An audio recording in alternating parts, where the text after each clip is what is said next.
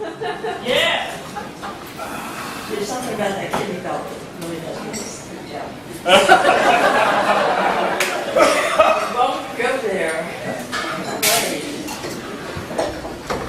When I was 6 years old, I was desperately afraid of dogs because I got bitten by one, and that lasted for a very long time. And then, fast forward 30 years, I'm sitting in my office across from a woman who is blind and is saying to me, "You've got to help me find my dog." Now, I'm a private investigator, so that's what I do. Well, actually, I find people. I've never found a dog before. They don't have social security numbers, they don't have jobs, they don't have dates of birth, you can't find them on the internet. It's a problem, okay? So I said to her, of course, but when it comes time to actually getting the dog back, you're going to have to get the dog back. I will find it. So I diligently take my information, go out, and start to look for the dog. This is a sad story because her husband was an abuser, and she was totally blind, and her husband was jealous of her relationship with her dog, and of her relationship with anybody else, because he was a control freak. So he wanted very, very much to get her back, and he took the dog as ransom. It was a terrible thing.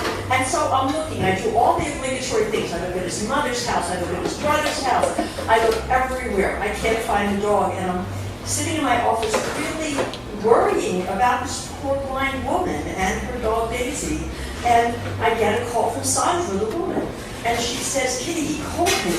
He's coming over with the dog right now. What do I do?" And I said, "Just stay there. I'll be right there. I'm not going to let her deal with him alone. He's an abuser."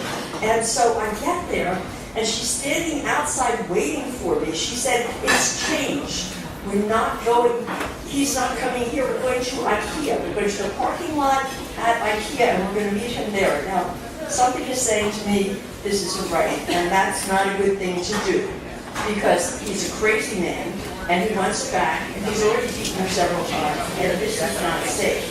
Now, remember, this is the prehistoric era, before cell phones. So I run into her house, and I make a telephone call. And I call a friendly police officer I know, and I said, "I just need you to stand by. I don't need you to be there, just kind of be in the area, because I don't trust this son of a bitch." And I get there with her at the IKEA parking lot, and it's a Monday, and they're closed. And there's no one in the parking lot.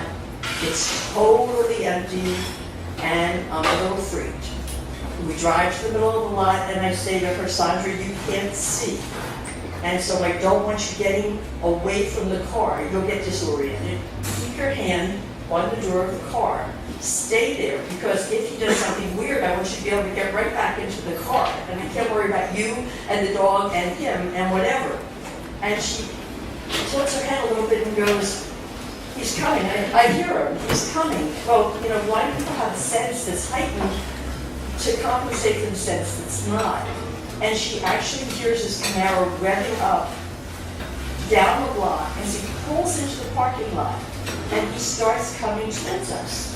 And instead of paying attention to what I said to her, she starts to walk away from the car towards the sound of his car.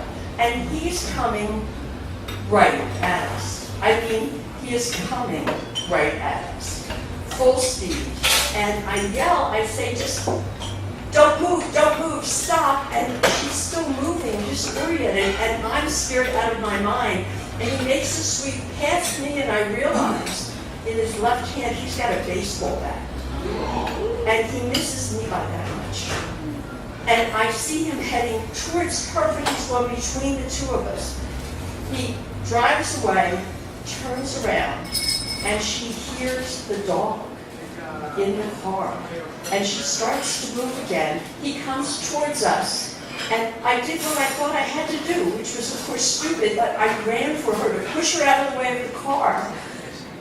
We both fall to the ground. I hear the squealing of brakes. I hear noises, so many noises, and all I can feel is the cold metal of the grill on the back of my legs, and the heat of the car pouring down onto them, because he stopped right over me, and I am over her. And then I hear the cops and the police, and I've got my eyes closed, and I'm over her, and the next thing I feel is this wet insinuating itself between me and Sandra. The dog is licking me and licking her.